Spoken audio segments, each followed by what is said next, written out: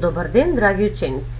Добродојдовте во нашата училница по предметот работа со компјутер и основи на програмирањето за 5-то одделение. Денес ќе решаваме и анализираме решение на логички надпреварувачки задачи. Компјутерското размислување е процес на решавање проблеми кој вклучува голем број масовни процеси и тоа логичко подредување, анализа на податоци и креирање решенија со помош на низи од подредени чекори, односно алгоритми, способност за самоуверено справување со сложени и отворени проблеми. Меѓународниот надпревар ТАВАР промовира вештини за решавање проблеми и концепти за информатика, што подразбира комплексните задачи да се разделат на поедноставни компоненти, дизајн на алгоритми, препознавање модели, генерализација и абстракција. Задачите се забавни и се креирани како кратки приказни со зададен логички проблем, за чии решенија се користат различни информатички модели и структури. Задачите може да се решат и без претходни информатички знаења, но со примена на логичко, аналитичко размислување може лесно да се дојде до решението. Ке решаваме задачи. Прва задача е расипан часовник. На еден дигитален часовник се прикажани 4 цифри. Секоја цифра е прикажана со 7 светилки во форма на цртички. Светилките може да бидат вклучени или исклучени и на тој начин може да се прикаже секоја цифра од 0 до 9, како што е прикажано на сликава. Имаме дигитален часовник кој што покажува 6 часот и 35 минути. Но часовникот се расипал. Само на една цифра, точно една цртичка не се вклучила. Ако расипаниот часовник го покажува ти кажаното време, тогаш колку е часот на вистина? Имаме 4 можни одговори. Под А 6 часот и 33 минути, под Б 8 часот и 39 минути, под В 5 часот и 35 минути и под Г 6 часот и 39 минути. Ке ве замолам да го запрете видеото и да се опитате да ја решите првата задача расипан часовник. Сигурна сум дека сите имате решение и сега ќе провериме неговата точност и ќе го објасниме решението. Кој е информатичкиот концепт за решавање на оваа задача? Компјутерите се многу прецизни и точни машини. Сепак, понекогаш заради преки на електричната енергија можат да настанат грешки. За откривање и за поправање на грешките се користат различни методи за поправање грешки. Дигиталните часовници во задачата користат приказ од 7 делови за една цифра. Ова е внатрешно представување на цифрите во компјутерот. Информатичарите треба да ја одржат рамнотежата помеѓу двете нивоа на абстракција. Како се гледат податоците и како се представуваат податоците во компјутерот. Точен одговор е под Г 6 часот и 39 минути. Сигурна сум дека поголем број од вас го заокружиле одговорот под Г. Ќе го објасниме одговорот. Ако само една цртичка од вкупно 7 не се вклучила, тогаш можни точни решенија за цифрите 6, 3 и 5 би биле 6 да представува 8, 3 да представува 9, 5 да представува 6 и 5 да представува 9.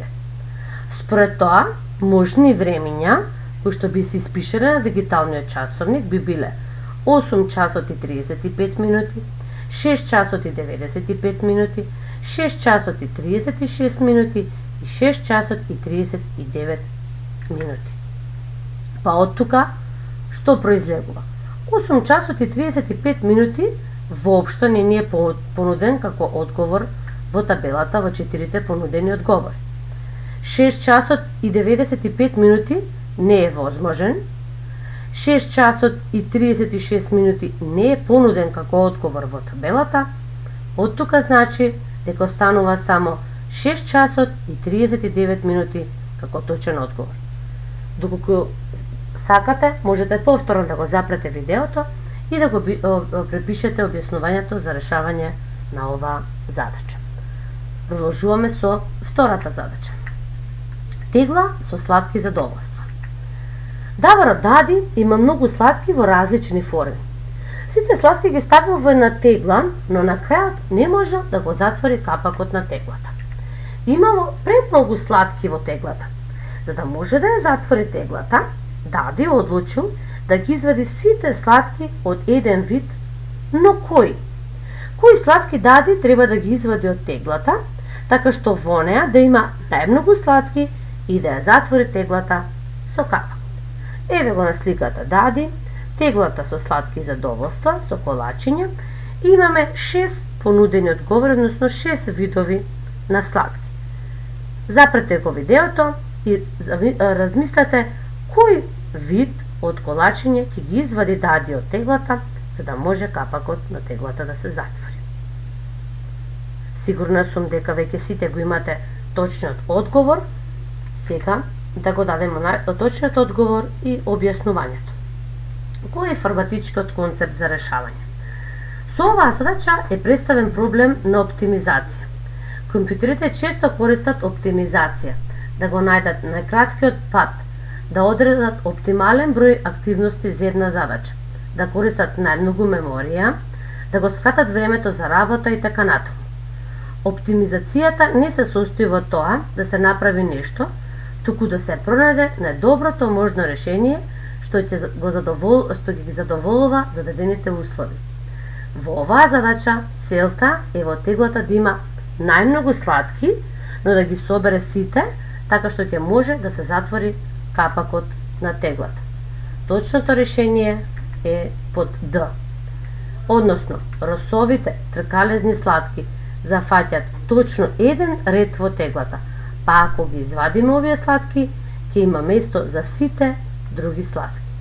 Повторно, доколку сакате да го запишете точниот одговор и објаснувањето, можете да го запрете видеото и да ги запишете во вашите тетрадки. Следи трета задача.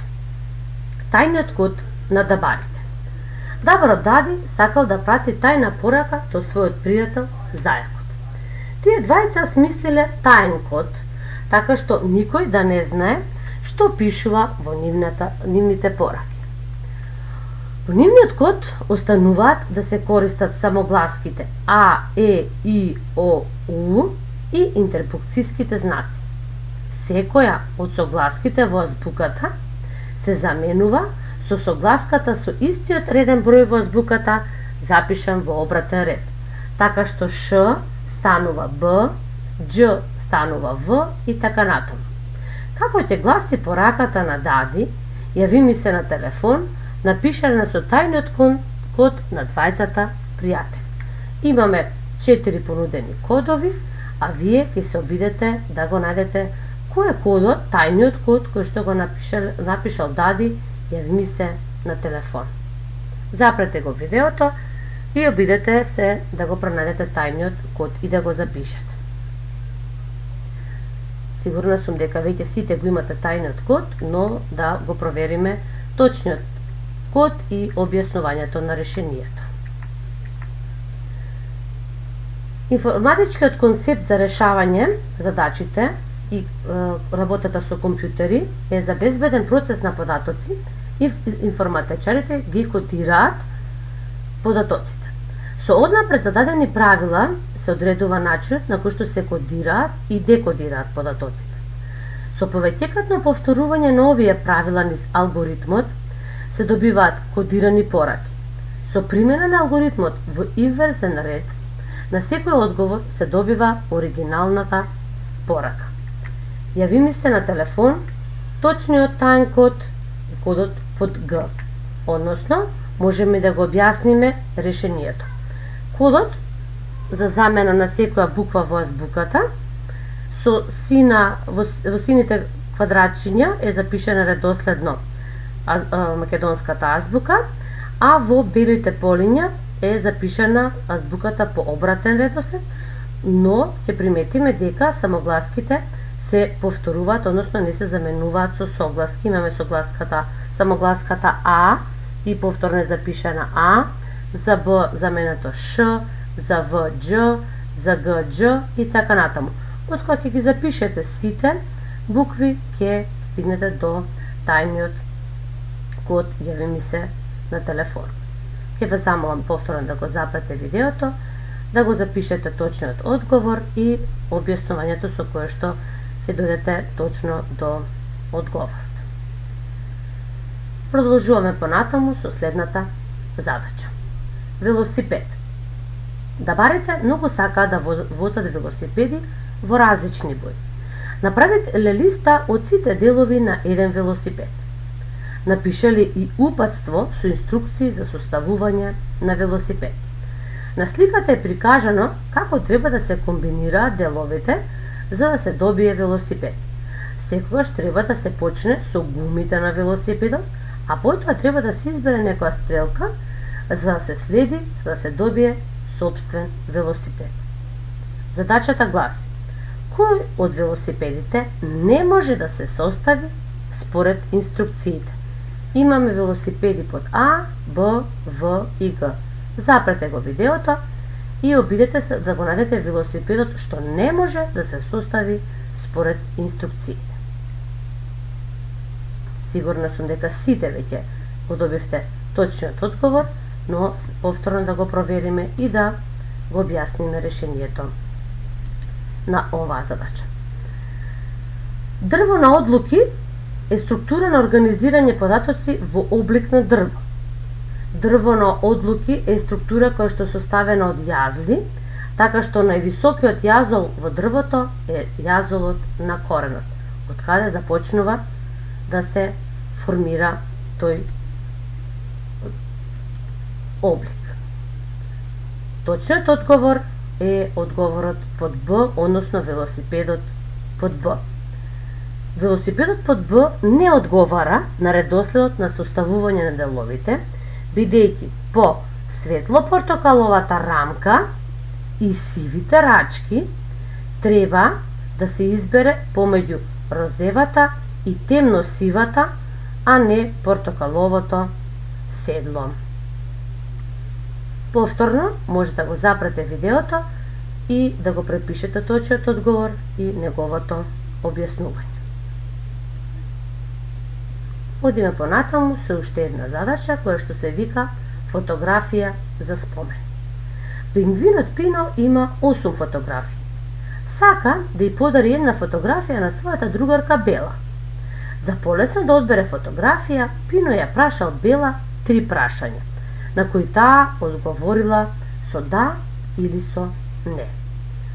Првото прашање било дали сакаш фотографија со чадор за сонце, Бела одговорила да. Дали сакаш фотографија на која јас носам нешто на глава, одговорила не. Дали сакаш фотографија на која се гледа морето, Бела одговорила со да. Имаме 8 фотографии, која фотографија ќе добие Бела. Запрете го видеото и обидете се да најдете фотографијата што Пино ќе ја подари на Бела.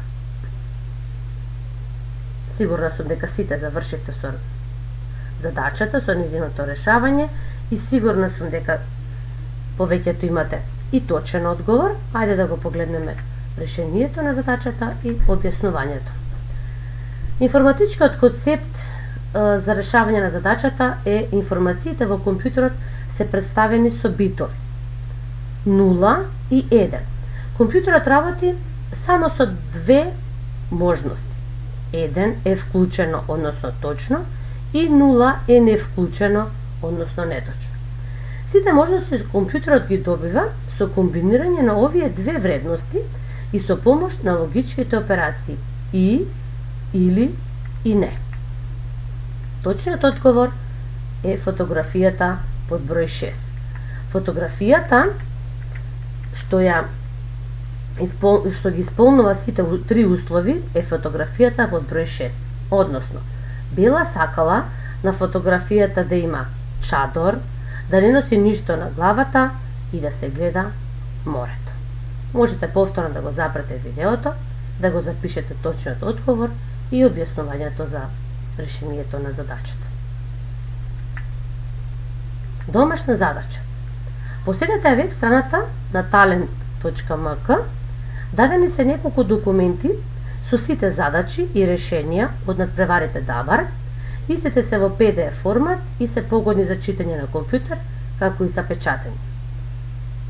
Посетете ја страната, потрудете се да ги разгледате задачите, да се пријавите на надпреварите за Дабар или некои други надпревари по информатика. Ви посакувам многу успеси, ви благодарам за присуството на овој час, се гледаме на следниот час.